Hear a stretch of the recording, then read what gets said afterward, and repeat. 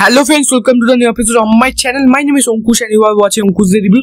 So আজকে আমি রিভিউটা করছি রাজা সাহাবে ট্রেলার, যেটা স্টার্টিং হচ্ছে প্রভাস, মালাইকা মোহন, নিধি আগরওয়াল অ্যান্ড যোগী বাবু আছে, তার সাথে সঞ্জয় দত্ত এর মধ্যে আছে। ডিরেক্ট করেছে মারুতি। কেমন লাগলো ট্রেলারটা?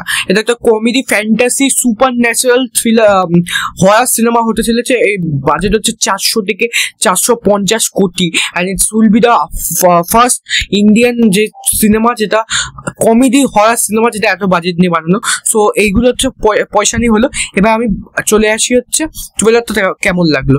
যদি আমি এক কথায় ট্রেলারটাকে ডিসক্রাইব করতে, আমার ট্রেলারটা ঠিকঠাক লেগেছে।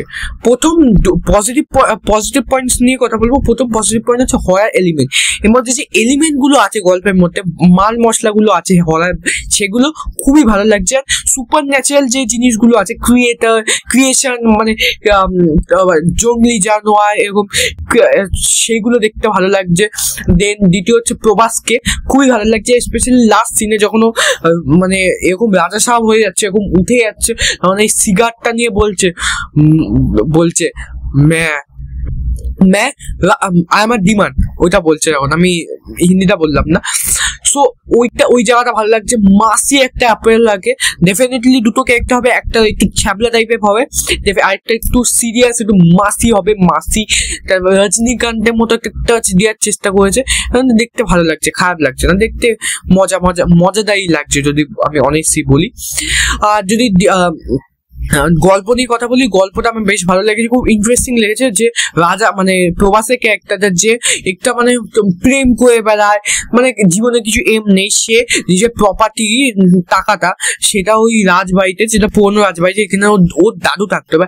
আর দেখে মনে হচ্ছে ওর দাদু সঞ্জয় দত্ত না, ওর দাদু প্রভাস নিজেই সেখানে গেছে। তারপর দুটো ভূত আছে, একটা হচ্ছে দাদু, একটা সঞ্জয় দত্ত। সঞ্জয় দত্ত ওখানে কি ছিল, কালা জাদু দেখাচ্ছে একটা angle, but Sanjay Dutta maybe রাজা সাহাবকে কিছুভাবে মেয়ে দিয়েছে কালা জাদু করে। সো রাজা সাহাব বদলা নেবে এই জন্মে সঞ্জয় দত্তের থেকে। বাট প্রভাস এখানে নতুন প্রভাস কি ফেস করতে চলেছে এই নিয়ে একটা কমেডি হরার সুপার ন্যাচারাল ফিল্ম। এর মধ্যে অনেক কিছু এলিমেন্ট থাকতে চলেছে। এটা উপর দিয়ে যা ট্রেলার দেখে জানা যাচ্ছে। সো এর মধ্যে বিজিএমটা বেশ ভালো লেগেছে। ট্রেলারের মধ্যে যে বিজিএমটা ইউজ করেছে লাস্টের দিকে, থামান মিউজিক করেছে, ডেফিনেটলি বিজিএমটা খুব ভালো লাগবে। স্পেশালি যে গানটা, এই হিন্দি গানটা ইউজ করেছে, যেভাবে প্রথমে স্লো যাচ্ছিল, তারপর একটু ফয়ার এলিমেন্ট যেতে, দ্যাটস ওয়াজ গুড। লাইটিং গুলো ভালো লাগছে। ভিএফএক্স এর কাজ কিছু জায়গা ভালো লাগছে। ডেফিনেটলি অনেক পলিশ হবে, কেন 9 জানুয়ারি রিলিজ করবে, অনেক দিন দেরি আছে। সো পলিশ হবে। সো ভিএফএক্স এর কাজ কিন্তু ভালো লাগছে। যে সুপার ন্যাচারাল জিনিসপত্র রেখেছে সেগুলো আমার জন্য মানে ওয়ার্ক করছে ট্রেলারের মধ্যে।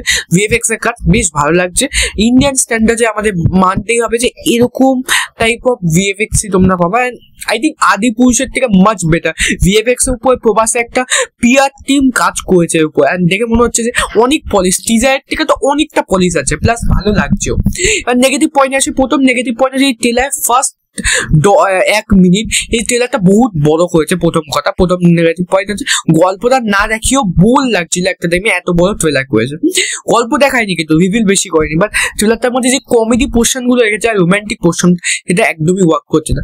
আর যখনই প্রভাস রোম্যান্টিক কাজ করে, রাধের সামনে যেটা এক্সাম্পল, সাকসেসফুল হয় না। বাট এটা একটা মানে ফিল গুড একটা কমেডি হওয়ার সিনেমা, সাকসেসফুল হয়ে যেতে পারে। বাট দ্য থিং ইজ, এর মধ্যে যে কমেডি পোর্শন গুলো না খুবই টিপিক্যাল তেলেগু সিনেমার যেই রুটিন, যেরকম মশালা সিনেমার কমেডি টাইম হয় না, সেটাই হবে ডেফিনেটলি। অ্যান্ড রোম্যান্টিক পোর্শন গুলো ওয়ার্ক করছে। 3টে হিরোইন আছে, অ্যান্ড মেবি কেয়ারা একটা ক্যামিও থাকতে চলেছে। কেয়ারা মেবি পুরোনো দাদুর যেই ক্যারেক্টারটা সেটা ওয়াইফ হতে চলেছে মেবি, আমি যা খবর পেয়েছিলাম। সো বা সঞ্জয় দত্ত কিছু একটা মেয়ে ফে হতে চলেছে, আই ডোন্ট নো, বাট কেয়ারা থাকবে একটা গেস্ট অ্যাপিয়ারেন্সে, এটা আমরা জানি। সো এইটার মধ্যে যে কমেডি পোর্শন, রোম্যান্টিক পোর্শন, সেটা প্রথম করে ওয়ার্ক করছে না। ট্রেলারটা বহুত বড় বানিয়ে দিয়েছে, গল্প না রিভিল করে একটু বড় করেছে, বোল লাগছিল যে কখন শেষ হবে। আর থার্ড লাস্ট নেগেটিভ পয়েন্ট আছে অ্যাকশন পোর্শন গুলো, অ্যান্ড কিছু জায়গায় ভিএফএক্স এর কাজ আমার পোষায়নি। আর ট্রেলারটা ঠিকঠাক লেগেছে, এই কটা নেগেটিভ পয়েন্ট লেগেছে। ট্রেলারটা সেকেন্ড হাফটা বেটার, খুব ভালো লেগেছে আমার, বাট ফার্স্ট হাফটা একদম ভালো লাগেনি, কমেডি পোর্শন আর রোম্যান্টিক পোর্শন গুলো। That's all. যদি ভিডিওটা ভালো লাগে লাইক কমেন্ট শেয়ার করবেন। সবাইকে তুমি সবাই ভালো করে কাটাও, পুজো ভালো করে কাটাও, এনজয় করো ফ্যামিলির সাথে। আমি একটা দ্যাটস অল, থ্যাংক ইউ।